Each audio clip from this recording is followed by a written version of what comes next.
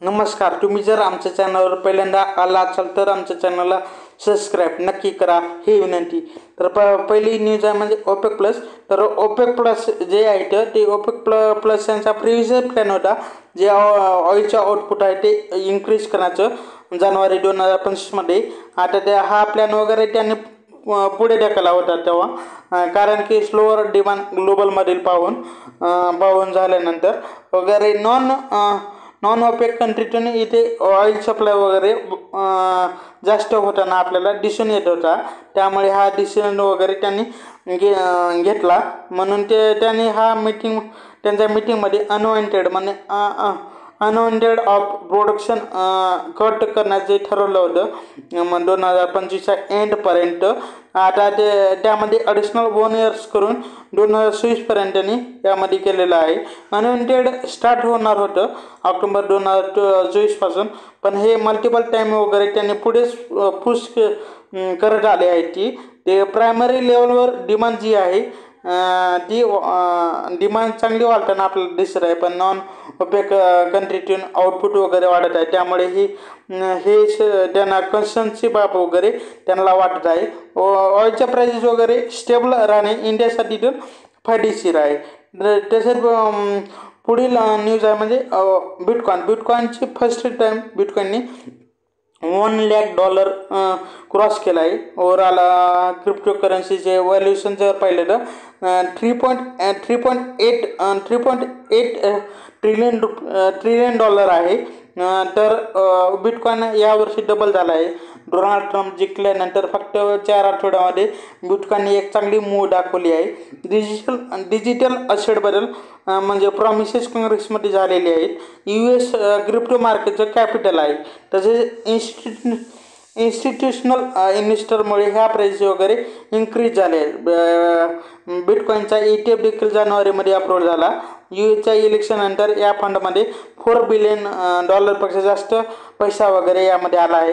More than 3% supply जो आहे तो 2024मध्ये इन्स्टिट्यूशनल इन्व्हेस्टरने परचेस केलेला आहे. तर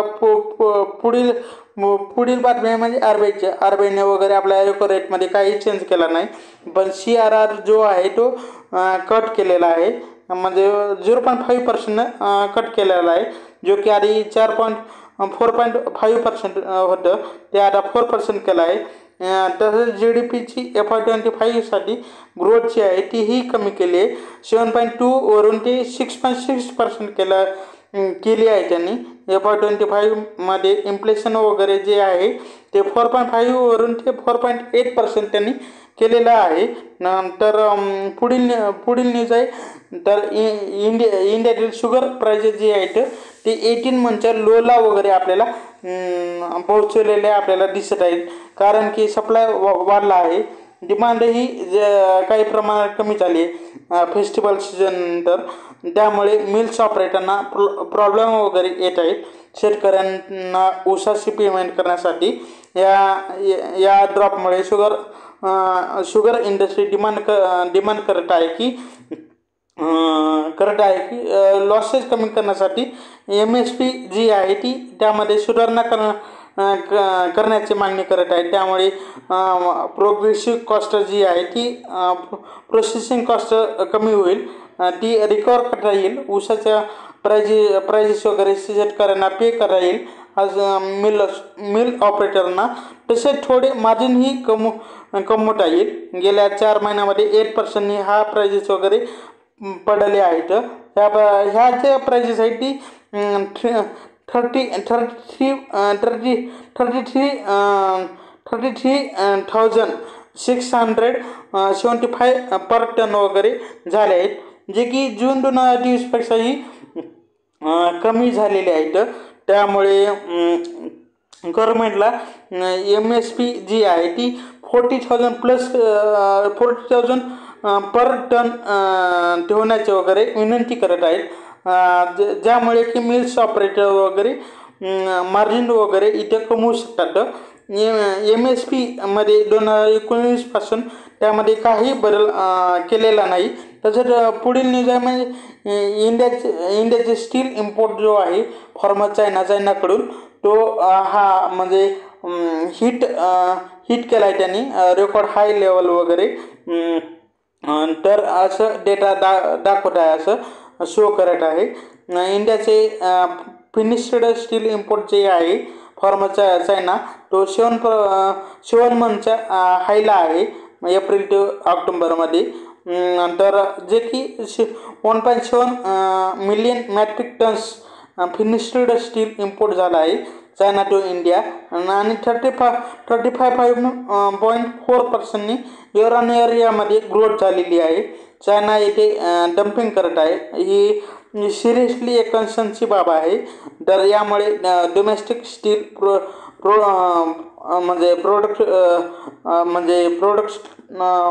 प्रोडक्शन करणाऱ्यांना ह्या प्राईस वगैरे कमी कराव्या लागतात, कारण की इम्पोर्ट वगैरे जास्त होत आहे. तर त्यामुळे हा प्राइसेस वगैरे कमी करावे लागत आहेत. याशिवाय डिमांड जी आहे ती कमी होत नाही. इंडियाचे इन्फ्रास्ट्रक्चर जी ग्रोथ वगैरे वाढत आहे, म्हणजे गव्हर्नमेंटकडून यावर जास्त फोकस केला जात आहे.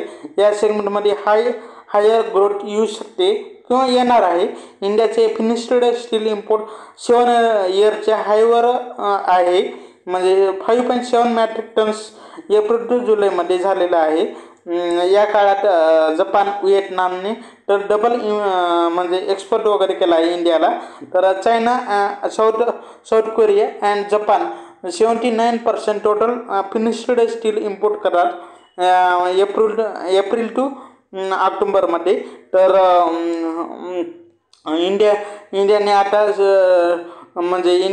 25% सेफगार्ड ड्युटी वगैरे लावली आहे. तसेच इंडियन गव्हर्नमेंटला ॲटलिस्ट 2 वर्षासाठी टेम्पररी टॅक्स लावण्याची वगैरे विनंती केली जात आहे. ज्यामुळे की इंडियातील स्टील प्रोड्युसर जे आहे ती चायनाच्या इम्पोर्टमुळे वगैरे त्यांच्या प्राइसेसवर वगैरे जास्त परिणाम वगैरे याचा होणार नाही, असं त्यांचा प्रयत्न आहे. तसंच पुढील न्यूज आहे आपला ॲपल. तर Apple iPhone shares hit $10.7 billion in India, जे की सॅमसंगला वगैरे त्यांनी ओव्हरटेक केला आहे. गेल्या 2 वर्षापासून वगैरे त्यांनी ओव्हरटेकच करत आहे. हा जो नंबर आहे FMC सेक्टरमधील म्हणजे मोठ्या कंपन्या हिंदुस्तान युनिलिव्हर आणि नेस्लेच्या रेव्हेन्यूपेक्षाही जास्त त्यांनी हा शेअर्स वगैरे त्यांनी केलेला आहे. फर्स्ट 3 क्वार्टर FY24 मधील ॲपलने वगैरे स्मार्टफोन शिपिंग व्हॅल्यू जी आहे ती 24% वाढवलेली आहे. सध्याद्वारे स्मार्टफोनचे मार्केट वगैरे स्लोडाऊन वगैरे होताना आपल्याला दिसत आहे.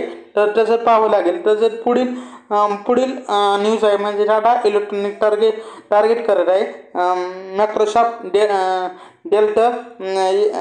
डेल्टनना म्हणजे क्लायंट बेस एक्सपांड करण्यासाठी. तसेच EMS सेक्टरमध्ये एक स्ट्रॉंग पोझिशन बनवण्यासाठी, म्हणजे इलेक्ट्रॉनिक मॅन्युफॅक्चरिंग सर्व्हिसेसमध्ये या मायक्रोसॉफ्ट डेल्टा SP सोबत ते टाईप झाले तर त्यांचे एक क्लायंट बेस वगैरे वाढेल. तसेच प्रोडक्शन बेसही वाढेल. त्यामध्ये ते म्हणजे एक्सपांड वगैरे ते जास्त करतील. म्हणजे ऑर्डर कंपोनंट ही ते एकत्रितपणे असेंबल यामध्ये करू शकतात. तसेच पुढील न्यूज आहे आपलं ONGC आणि NTPC ग्रीन जे जॉईंट व्हेंचर झाला आहे आयन रिन्युएबल बाय करण्यासाठी, जे की $750 मिलियन बाय केलं जाईल, अशी सोर्सेसद्वारे न्यूज आहे. आयाना रिन्युएबलचे 100% स्टेक एक्वायर केले जातील या GVतून. म्हणजे करंटली शेअर होल्डर पाहिलं तर याची नॅशनल इन्व्हेस्टमेंट इन्फ्रास्ट्रक्चर फंड त्याचे जे स्टेक आहे ती 51% आहेत. ब्रिटिश इंटरनॅशनल इन्व्हेस्टमेंट फंडचे 32% स्टेक आहेत. अँड इव्हन सोर्स कॅपिटल फंडचे 17% स्टेक यामध्ये आहेत. हे purchase agreement at least next next 2 वीकमध्ये होईल. आता म्हणजे INR रिन्युएबलचे व्हॅल्युएशन जे आहे ते 1.7 to 1.8 बिलियन डॉलर वगैरे सांगितलं जात आहे. FY24मध्ये कॉन्सॉलिडेशन प्रॉफिट यांचं 46 करोड होतं अँड ऑपरेटिंग प्रॉफिट जे होतं ते 856 करोडचं होतं. व या ॲक्विजिशनचे कमिटमेंट त्यांनी सांगितलं आहे की ONGC अँड NTPCचे जीवीची जी दिशा आहे ती म्हणजे सस्टेनेबिलिटी अँड क्लीन एनर्जी इन्व्हेस्टमेंटकडे यामध्ये त्यांचा जास्त वगैरे या जीवीतून फोकस असेल त्यांचा. त्याच्यात पुढील न्यूज आहे आपलं जीन टेक्नॉलॉजी आणि EVT म्हणजे अप्लाइड व्हिज्युअल टेक्नॉलॉजीसोबत वगैरे हे US मार्केटमध्ये वगैरे एक सिम्युलेशन वगैरे ते करण्यासाठी हे त्यांनी पार्टनरशिप वगैरे त्यांनी केलेली आहे. म्हणजे बेसिकली जीन टेक्नॉलॉजी काय करतं तर जसं की म्हणजे मिलिटरी पर्सनच्या ट्रेनिंग वगैरे असतात त्यांना ट्रेनिंगसाठी सेटअप तयार करून देतं. तसेच ट्रेनिंग दिली जाते. तसेच फायरिंग जी केली जाते जसे फायरिंग वगैरे केली जाते तसे तेथे सिम्युलेशन थ्रू ट्रेनिंग तेथे प्रोव्हाइड केली करतात हे लोक. तर येथे जीन टेक्नॉलॉजी अँड EVT ने म्हणजे कस्टमाइज ट्रेनिंग सिस्टमसाठी हे पार्टनरशिप केली आहे. हे US मार्केटमध्ये ऑपॉर्च्युनिटीचा वगैरे एक्सप्लोअरसुद्धा करणार आहेत. तर या कार्यामध्ये transfer simulation and training solution for defence and security forces and जेनकडे वगैरे टेक्नॉलॉजी आहे आणि त्यांच्याकडे काही पेटंटही आहेत. प्लस EVTचा म्हणजे एक्सपिरियन्सही जास्त आहे US मध्ये डिलिव्हरी सिम्युलेशन सिस्टममध्ये तर तसेच हे जर कंबाईन या दोघांचे वगैरे चांगल्या प्रकारे हे जर कंबाईन यांचे दोघांचे कंबाईन वगैरे झाले तर म्हणजे एक emergency response system basically advance solution वगैरे म्हणजे लो कॉस्टवर देण्याचे त्यांचं लक्ष वगैरे त्यांचं आहे. तर तसंच पुढील न्यूज आहे म्हणजे तेजस नेटवर्क सप्लाय करेल काही इक्विपमेंट वगैरे. तर ते इक्विपमेंट वगैरे म्हणजे GON OLT आणि ONT अँड मॅनेजमेंट सिस्टम वगैरे ते प्रोव्हाइड करणार आहेत. म्हणजे यामध्ये तर फॉर्म म्हणजे कुणाला करणार आहेत भारत नेटला वगैरे करणार आहेत. म्हणजे last miles connectivity that is म्हणजे LMC प्रोव्हाइड वगैरे करणार आहेत या प्रोजेक्टमध्ये LMC प्रोजेक्टमध्ये. तर इन तमिळनाडू राज्यात हे प्रोजेक्ट होणार आहे. या प्रोजेक्टमध्ये तमिळनाडू फायबर नेट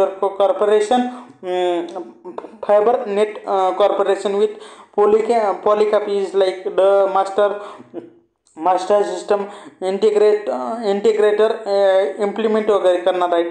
अँड यांचे ध्येय आहे की हाय स्पीड कनेक्टिव्हिटी वगैरे प्रोव्हाइड करण्याचं 50,000 प्लस गव्हर्मेंट इन्स्टिट्यूटला. तर शेवटी आपल्या व्हिडिओला लाईक आणि चॅनलला सबस्क्राईब करा हीच विनंती. हा व्हिडिओ पाहिल्याबद्दल धन्यवाद. थँक्यू.